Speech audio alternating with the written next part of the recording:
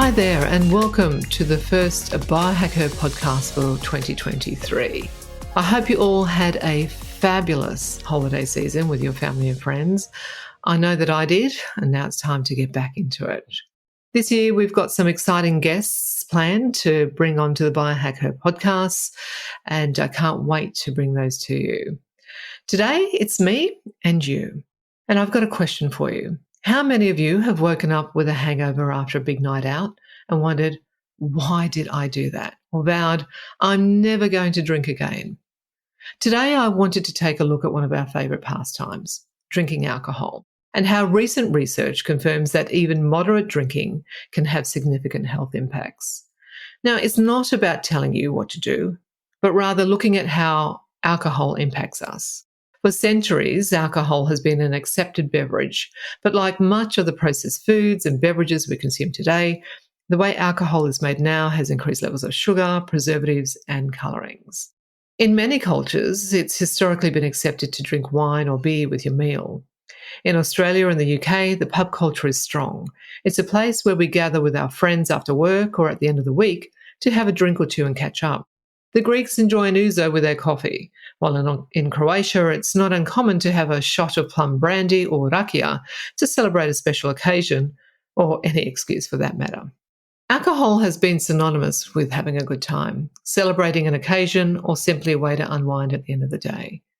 Indeed, it's even historically been taken for medicinal purposes, and to this day there's some medical advice to have a glass of red with your meal each night to promote good vascular and heart health. This is largely because the resveratrol, which can be found in the skin of the purple grapes, has been shown to have positive impacts on cardiovascular disease, but also improve longevity.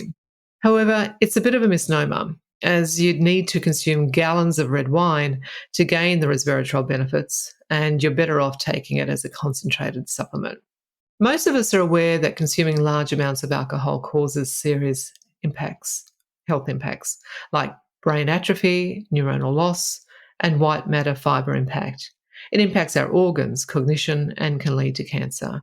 But the jury has been out on whether social drinking, or what the researchers call light to moderate alcohol consumption, which is about 1 to 7 drinks on average a week, and whether it has the same detrimental impacts. Well, the verdict is in, and I'm afraid it's not good. This latest research conducted in the UK and published in Nature Communications Journal assessed the associations between alcohol intake and brain structure using multimodal imaging data of 36,678 generally healthy middle-aged and older adults from the UK Biobank. These people drank on average 1 to 2 drinks per day. The Heart Foundation alcohol recommendation for women is 2 standard drinks per day. A standard drink is 10 grams of alcohol, which equates to 100 millilitres of wine or 107 mils of champagne. The findings revealed that drinking on average 1 to 7 standard drinks per week can have significant detrimental impacts on your brain health or cognition. So it doesn't matter whether you have 1 to 2 a day, or whether you have them all on the weekend or on a Friday night or a Saturday night, the damage caused is still the same. And I quote directly from the research paper. The effect associated with a change from 1 to 2 daily alcohol units is equivalent to the effect of aging 2 years, where the increase from 2 to 3 daily units is equivalent to aging 3.5 years. So not only does alcohol cause serious health issues, it also ages us. Alcohol impacts the grey and white matter in the brain. But what is grey and white matter, and why is it important? I'll touch on it at a high level, as I'm not a neurologist. There are others far cleverer than I that can go into much more detail about these functions. But essentially, grey matter are the neurons that house the genomes of the body, and white matter are the fibrous connections.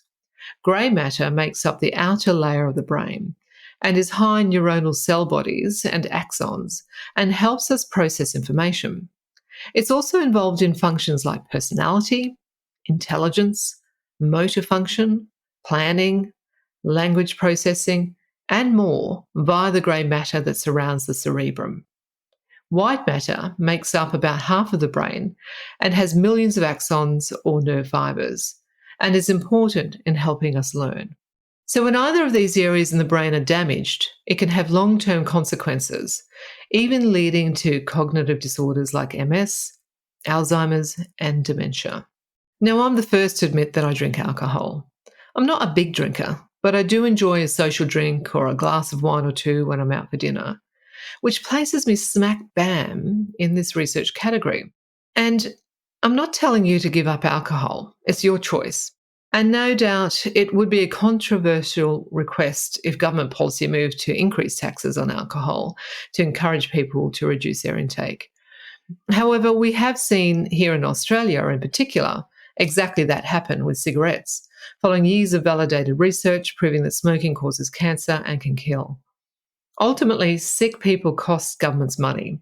So there's now a global move, albeit slowly, to start to proactively keep people healthy rather than waiting until they become unhealthy and chronically ill. This is one of the reasons I biohack, so that I can optimize my biology to minimize environmental impacts to my body and manage what I voluntarily consume. It's important to understand how the body processes alcohol and how this impacts the body. So I did a bit of a deep dive on this because I feel when we're armed with information, we can make better decisions for our bodies. Alcohol is water and fat soluble, meaning it can cross the blood-brain barrier. It also enters the cells and can cause direct cellular damage. Ethyl alcohol, or ethanol, which is the form of alcohol humans consume, causes significant damage to cells. How? Using NAD molecules, or NAD molecules, which has been the focus in longevity studies, as it's believed to decrease as we age. And the body converts ethanol to acetaldehyde, which is essentially poison.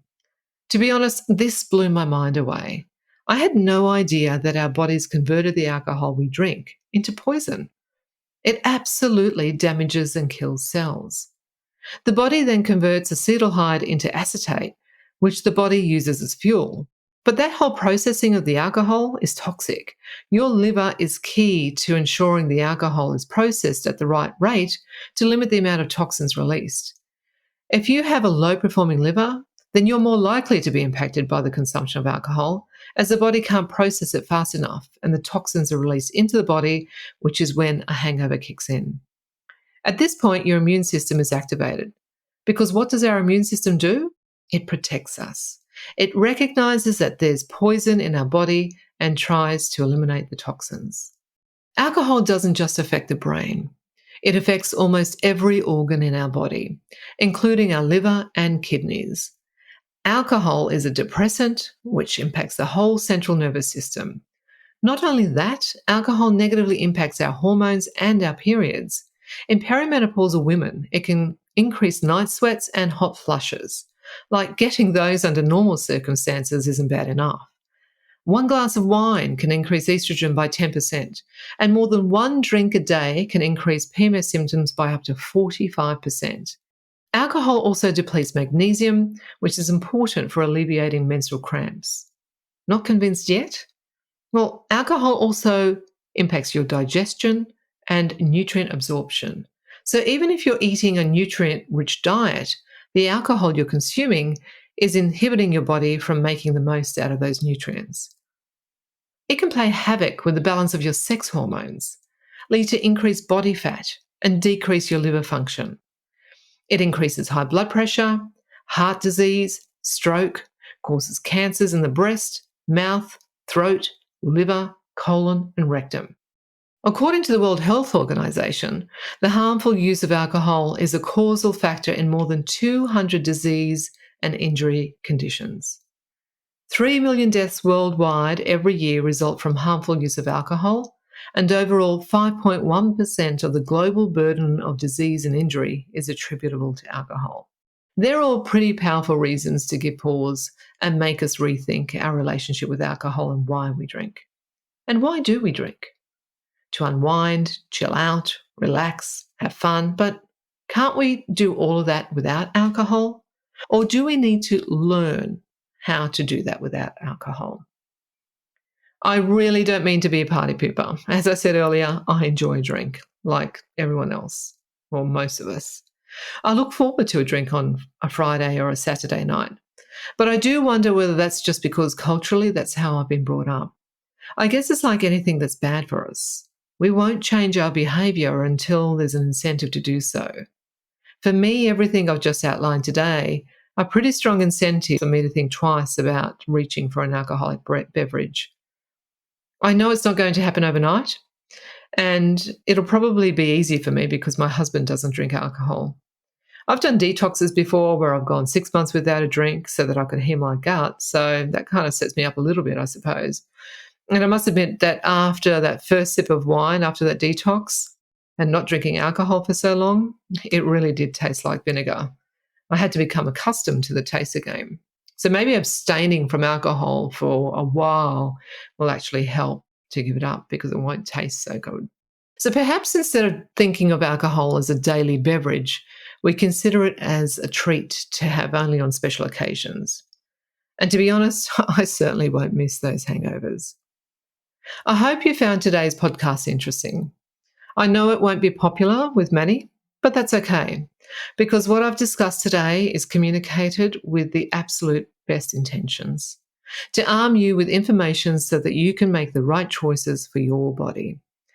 Your health is in your hands, literally. All the best, and until next time, remember to live well longer.